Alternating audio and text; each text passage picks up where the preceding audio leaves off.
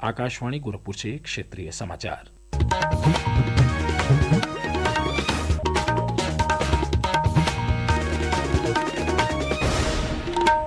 नमस्कार। समाचार बुलेटिन के साथ मैं वेद प्रकाश पाठक। न्यायमूर्ति सूर्यकांत ने आज भारत के 53वें मुख्य न्यायाधीश के रूप में शपथ ली। राष्ट्रपति द्रौपदी मुर्मू ने आज सुबह राष्ट्रपति भवन में न्यायमूर्ति सूर्यकांत को पद की शपथ दिलाई। उन्होंने न्यायमूर्ति BR गवई का स्थान लिया है। एक रिपोर्ट।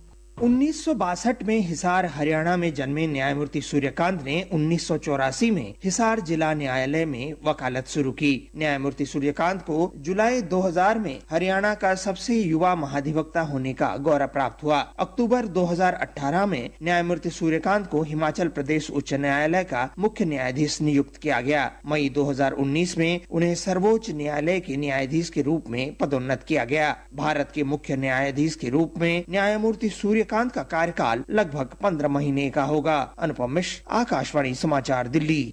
शपथ ग्रहण समारोह में उपराष्ट्रपति CP राधाकृष्णन, प्रधानमंत्री नरेंद्र मोदी, लोकसभा अध्यक्ष ओम बिरला और केंद्रीय मंत्री अमित शाह, राजनाथ सिंह, JP नड्डा तथा अन्य गणमान्य व्यक्ति उपस्थित थे।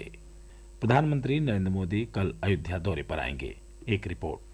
प्रधानमंत्री श्री राम जन्मभूमि मंदिर परिसर में सप्त मंदिर जाएंगे, जहां महर्षि वशिष्ठ, महर्षि विश्वामित्र, महर्षि अगस्त, महर्षि वाल्मीकि, देवी अहिल्या, निषाद राजगुहा और माता शबरी के मंदिर हैं। इसके बाद वे शेषावतार मंदिर के दर्शन करेंगे। श्री मोदी माता अन्नपूर्णा मंदिर भी जाएंगे। वे राम दरबार गर्भगृह में दर्शन और पूजा करेंगे। प्रधानमंत्री श्री राम जन्मभूमि मंदिर के शिखर पर औपचारिक रूप से ध्वज फहराएंगे। पवित्र भगवा ध्वज राम राज के आदर्शों को मूर्त रूप देते हुए गरिमा, एकता और सांस्कृतिक निरंतरता का संदेश देगा। यह कार्यक्रम मार्ग शीर्ष मास के शुक्ल पक्ष की पंचमी को श्री राम और माता सीता की विवाह पंचमी के अभिजीत मुहूर्त के साथ होगा, जो दिव्य मिलन का प्रतीक है। समाचार कक्ष से प्रेमचंद्र गुप्ता।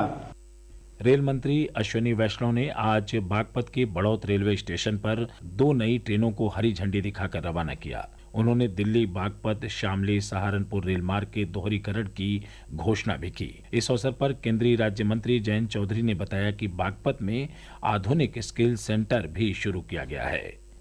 राष्ट्रीय महिला आयोग ने संकटग्रस्त महिलाओं के लिए त्वरित और अधिक सुलभ सहायता सुनिश्चित करने के लिए एक नया हेल्पलाइन नंबर 14490 शुरू किया है। एक वक्तव्य में आयोग ने कहा कि यह टोल फ्री नंबर आयोग की मौजूदा हेल्पलाइन से जुड़ा एक आसानी से याद रखने योग्य नया हेल्पलाइन नंबर है। नरेंद्र मोदी सरकार द्वारा विभिन्न क्षेत्रों में GST दर घटाने के साथ ही 22 सितंबर से GST बचत उत्सव शुरू हुआ। इससे देश भर के नागरिकों को लाभ हो रहा है। एक रिपोर्ट। नए GST सुधारों के तहत सरकार ने बिल्डिंग मटेरियल पर कर की दर कम करके हाउसिंग सेक्टर को बड़ी राहत दी है। इन सुधारों से मार्बल और ग्रेनाइट ब्लॉक पर GST 12% से घटकर 5% कर दिया गया है। इसी तरह सीमेंट पर लगने वाला 28% कर अब घटाकर 18% कर दिया गया है। वहीं बांस की फ्लोरिंग, लकड़ी की जॉइनिंग, पैकिंग केस और पैलेट पर अब 12% के बजाय 5% GST लग रहा है। इसके साथ ही सरकार ने ईंट बनाने के लिए जॉब वर्क पर भी GST 12% से घटाकर 5% कर दिया है। इन सुधारों से गृह निर्माण क्षेत्र में खरीदारों की मांग बढ़ी है तथा निर्माण उद्योग में नौकरियां भी सृजित हुई हैं। आरजू और दृष्टि की रिपोर्ट के साथ समाचार कक्ष से आनंद। गोवा के पणजी में 56वें भारतीय अंतर्राष्ट्रीय फिल्म महोत्सव के 5वें दिन भी सिनेमा प्रेमियों और कला प्रेमियों की भारी भीड़ उमड़ी। महोत्सव को लेकर प्रस्तुत है एक रिपोर्ट।